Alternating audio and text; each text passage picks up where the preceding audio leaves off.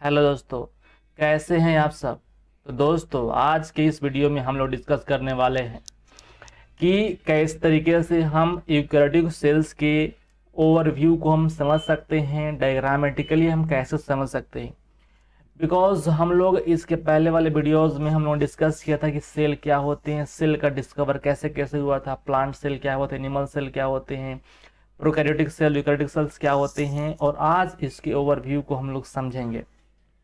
मेरे भाई, मेरे दोस्त, मेरे यार, मेरे बंधु, मेरे छोटे, मेरे मीले, मेरे लाल, मेरे पीले, मेरे नीले, समझिए।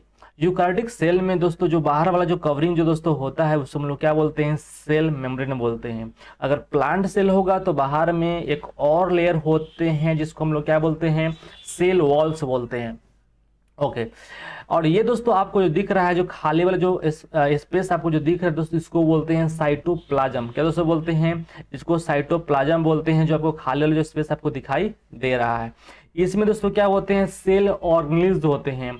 जैसे आपके माइटोकॉन्ड्रिया है, आपके क्लोरोप्लास्ट है, आपके राइबोसोम्स है, आपके न्यूक्लियस है, आपके RER प्रेजेंट है, आपके यहाँ पे गोल्गी बॉडी प्रेजेंट है। सब सेल ऑर्गेनेल्स होते हैं जो साइटोप्लाज्म में प्रेजेंट होते हैं।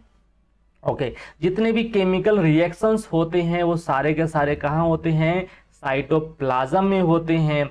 और ये कैसे होते हैं, सेमी फ्लूइड रीजन्स होते हैं।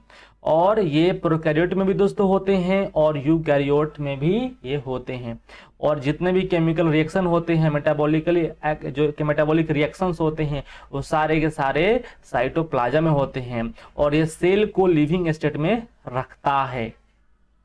इतना कुछ समझने के बाद दोस्तों हम समझ देंगे कि अब ये राइबोसोम क्या होता है। दोस्तों राइबोसोम दोस्तों जो होती है ये ATS राइबोसोम होती है। क्या होती है, ATS राइबोसोम इस तरीके से होती है।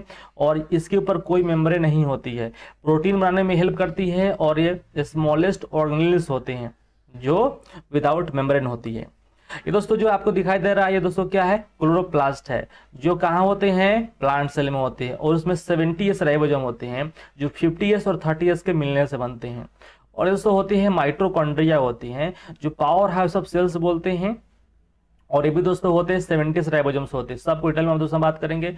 अब देखो दोस्तों, यहाँ पे दोस्तों आपको जो दिखाई दे रहा है दोस्तों क्या है, ये तुम्हारा सेंट्रियोल है या सेंट्रोसोम बोलते हैं। और ये एनिमल सेल में होती हैं, सेल डिवीजन में काम आती है। और ये भी नॉन मेम्ब्रेन्स होते हैं, राइबोसोम की तरह बात कर सकते हैं।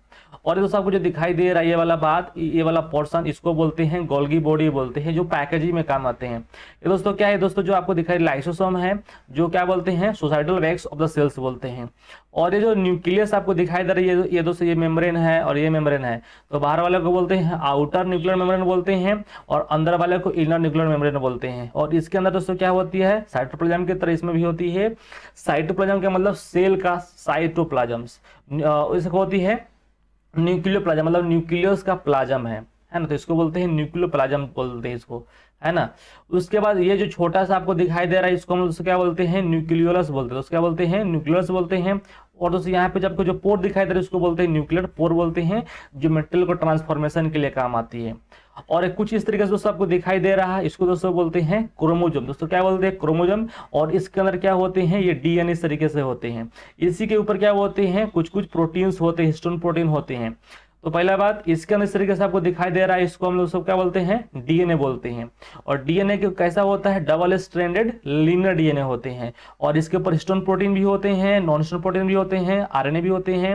ये सब को मिला के दोस्तों हम लोग क्या बोलते हैं, क्रोमोजोम बोलते हैं। दोस्तों क्या बोलते हैं, क्रोमोजोम बोलते हैं। समझ में आ गया।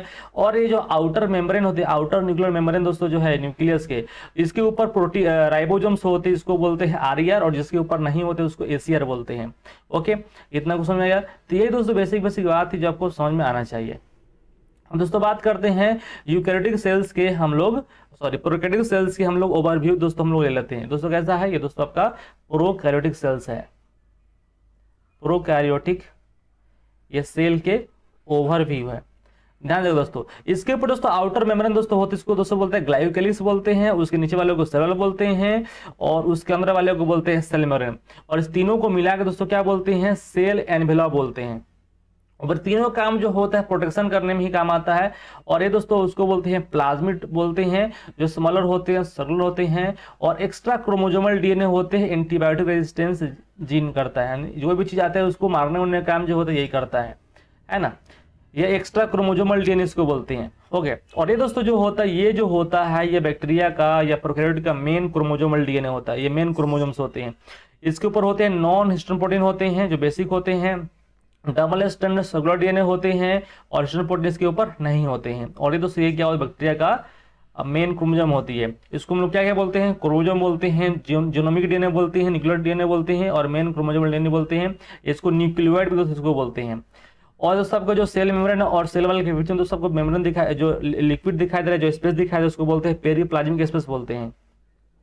और ये दोस्तों जो आपको दिखाई दे इसको बोलते हैं इंक्लूजन बॉडी बोलते हैं, जो क्या करते हैं साइटोप्लाज्म में होते हैं, मेम्ब्रेनलेस होते हैं, स्टोर करते रिजर्व मटेरियल को, ग्लाइकोजन ग्रेन्यूल्स इसको बोलते हैं। मतलब अलग अलग तरीके के ये इंक्लूजन बॉडी हो सकते हैं। ग्लाइकोजन ग्रेन्यूल्स जो ग्लूकोज को स्टोर करने का काम करते हैं, फॉस्फेट ग्रेन्यूल्स के होते हैं, साइनोफाइस ग्रेन्यूल्स होते हैं, गैस वेहिकल भी होते हैं, जो पर्पल सेल बैक्टीरिया और ग्रीन सेल बैक्टीरिया दोस्तों ये सब होते हैं, याद रहेगा ना। एक दोस्तों होती है ये प्रोटीन होती है जो आपको सेल मेम्ब्रेन के ऊपर दिखाई दे रहा है, और सेल मेम्ब्रेन की जो एक्सटेंशन दोस्तों आपको दिखाई दे रहा है इसको बोलते हैं मेसोसोम बोलते हैं, जो अंदर की तरफ होती है, इनफोल्डिंग होती है, सेल मेम्ब्रेन के अंदर की तरफ होती है।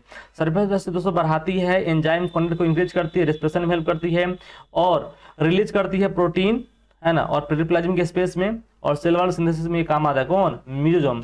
और इस तरीके से जो आपको दिखाई दे इसको बोलते हैं, ये भी इनफोल्डिंग है, इसको बोलते हैं क्रोमेटोफोर बोलते हैं। और ये प्रोकैरियोटिक्स के अंदर होती है, बीजीए मतलब ब्लू ग्रीन एल्गी में होती है, और एक्सटेंशन होती है, इलोंगेशन ऑफ सेल मेम्ब्रेन होती है, पिगमेंट होती है जो फोटोसिंथेसिस में क्या होती है काम आती है। अब दोस्तों ये दोस्तों बैक्टीरिया के अंदर से होती है, इसको बोलते हैं फ्लैजेला, इसको बोलते हैं लंबा सा बोलते हैं। फ्लैजेला के 3 पार्ट होते हैं, फिलामेंट होते हैं, हुक होती है, और बेसल बॉडी होती है। ये सेल मेम्ब्रेन और बाहर वाले को सेल वॉल बोलते हैं।